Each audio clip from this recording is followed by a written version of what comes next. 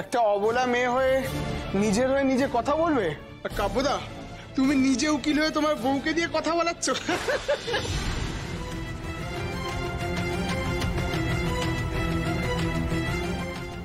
এই যে আপনি বসুন। আপনাকে যখন কথা বলতে দেওয়া হবে তখন বলবেন। বসুন। আর আপনাদেরকে বলছি, মানুষ যদি একা একা সবকিছু করতে পারতো তাহলে মানুষ গোষ্ঠীগত জীব হতো না।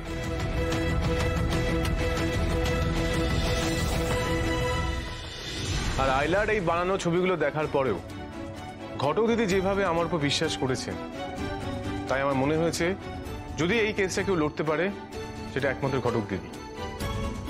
আমি নিজেও এই কাজের যোগ্য নই।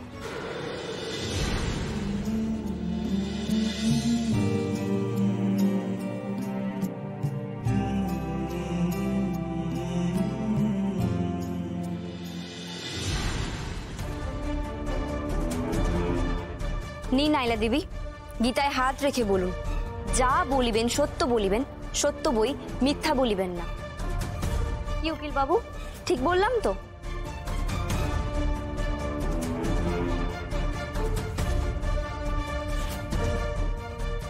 মিথ্যে কেন বলতে যাব আমি? হ্যাঁ ঠিক আছে, আমি সত্যিই বলবো, যাব।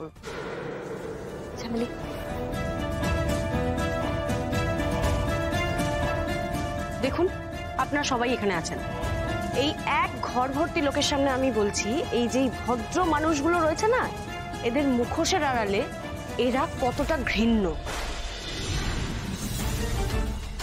আমি সত্যি কথা বলছি, বিশ্বাস করুন। আমি এই বাড়িতে থাকতাম তো, আমার না এই বাড়ির মানে ঘরের দরজা খুলে বাইরে বেরোতে ভয় লাগতো।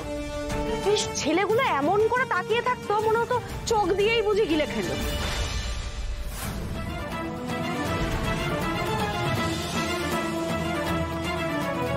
আপনি বানিয়ে বানিয়ে এসব কি বলে যাচ্ছেন?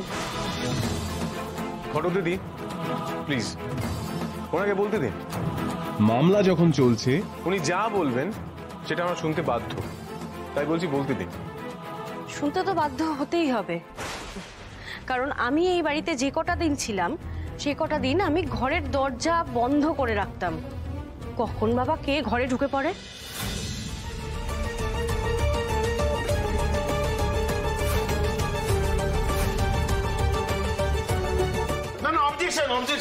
মানে আমি বলছিলাম যে ঘটক দিদি বিশ্বাস করো, আইলা যা বলছে না, এই যা অপবাদ দিচ্ছে বড় বৌদি, মানে আমরা চুপ করো না মিস্টার উপো। মুম্বা বলেছিল মামলা চলাকালীন কথা বলতে নেই, চুপ করে শুনতে হয় সবকিছু। না মানে কিন্তু আবার একটাও কথা বলবে না, যাও গিয়ে বসে যাও।